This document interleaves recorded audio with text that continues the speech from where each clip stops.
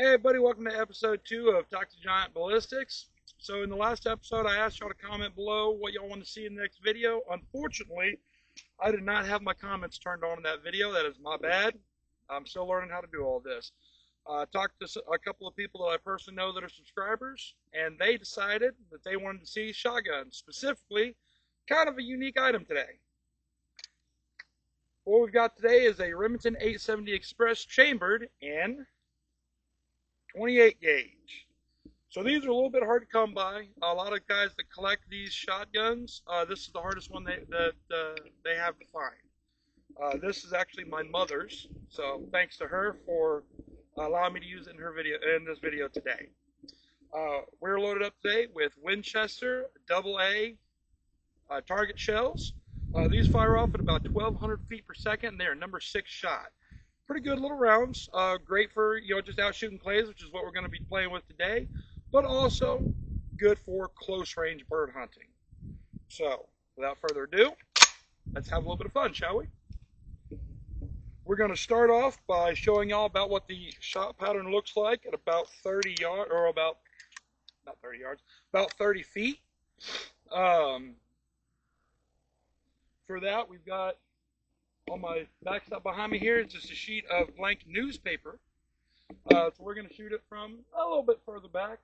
We'll walk up there, take a look at it, and so I can kind of point out what we're looking at here.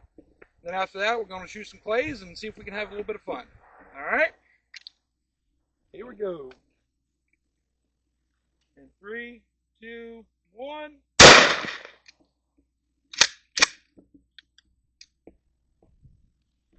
Nice little pattern. So nice for about 28 gauge. 28 and 410 are considered more of the expert shot. This is actually the shotgun my mom dove hunts with. I dove hunt with a 410. It's a little bit smaller. A little bit more of a challenge.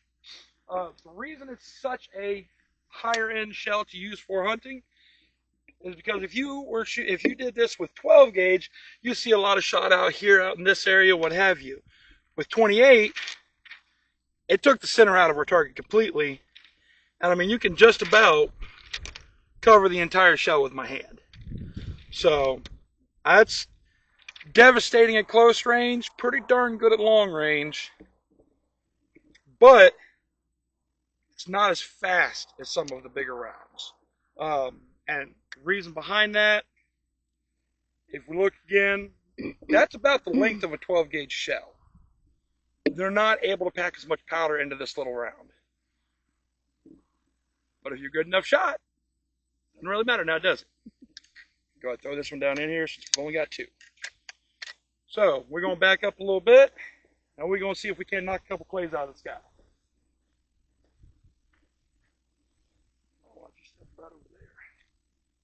I'd like to not get smacked by that clay pigeon when it comes off the launcher. I'd like to not get smacked by the shells when they come out of that gun. That's I get hit too many times from it. Fair enough. I'm left-handed, guys. Pull.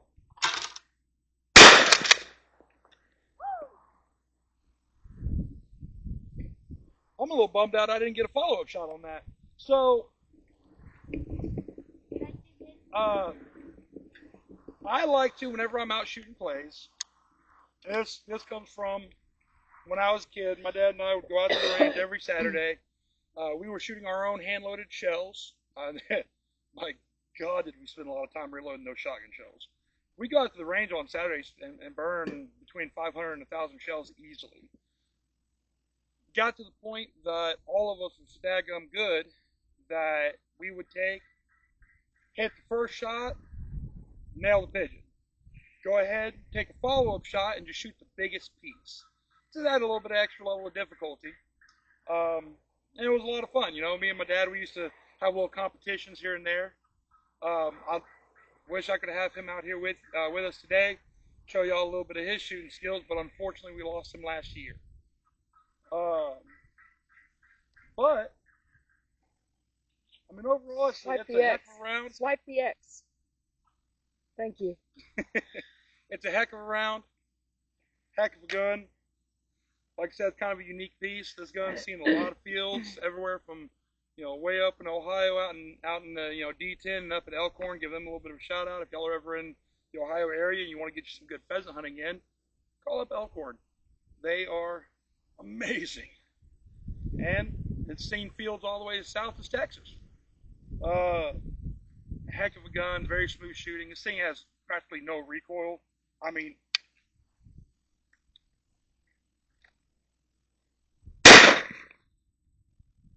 no recoil. Don't try that at home, guys. Definitely don't try that at home. We are trained idiots around here. Um,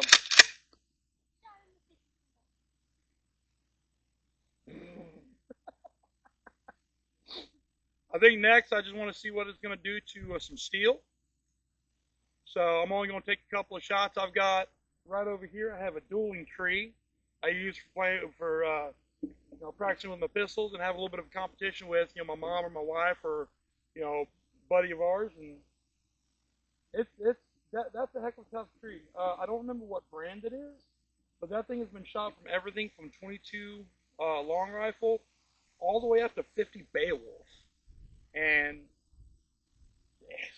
it's tough. I can't. The only thing that's gotten damaged on it so far was I did finally knock one of the mounting tubes off of it, shooting it at relatively close range with a 308. They're solid. Well, look at me in that tone of voice. Yeah, but about 20 yards with a 308. Me and my cousin James were out here trying out some new ammunition. Curious what I was going to do to that, and we had some fun out here.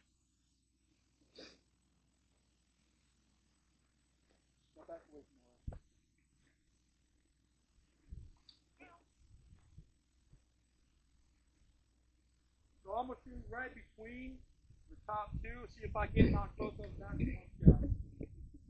Just for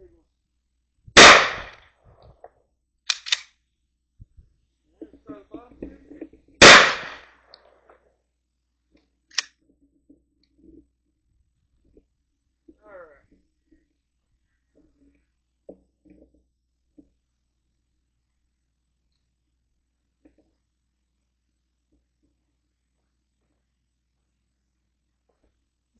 This stuff even gives steel a hard time.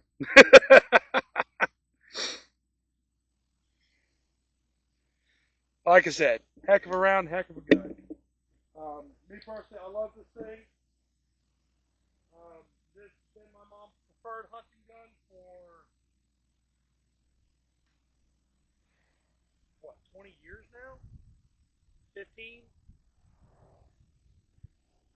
20 or more? 20 or more? Yeah. It's been a while. Um, Easy to shoot, easy to clean. All in all, if you can get your hands on one of these, they're an amazing gun to have, not just because of the fact that they are so rare, but because they are so sweet to shoot. The downside to that, the trade-off you get with a shotgun like this and this caliber, 28 gauge ammunition, at least down south, a little bit difficult to find. Every now and then you'll see it at places like Academy Sports and Outdoors. Walmart's starting to carry it a little bit more, but for your more specialty, hard to find cartridges, stuff like your 28 gauge, or if you're looking at rifles, stuff like 224 Valkyrie and stuff like that, you're gonna have to end up using a lot of the times websites like I don't know, like Lucky Gunner or Ammo Seek or stuff like that. I mean, and the nice part about those, you can also go in there when you're going through all your settings. You can sort by cost per round, stuff like that. Like it's great, but it does suck having to order ammunition. So that is the trade-off. Unless you want to go get the reloading presses and all that. I think the last time I priced a reloading press for 28 gauge, it was right around. I priced one out last year for right around $500. That was a complete system. Put shell in, hit it, rotate it, put another shell in, hit it, rotate it, and you eventually get to the point that every time you run the bar on it, it's kicking out a shell. So, if you've got time and you've got a little bit of extra money that you can put into reloading, this can be an amazing firearm for you. Great bird hunting, a lot of fun out on the field. Um, yeah, so I think that's probably going to wrap it up for us today. I want to give a big thank you to my mother for allowing us to use her Remington today. It's, my God, a smooth shooting gun. This is actually the first time in my life I've got to fire this gun. I've always wanted to, and I can definitely say that I understand.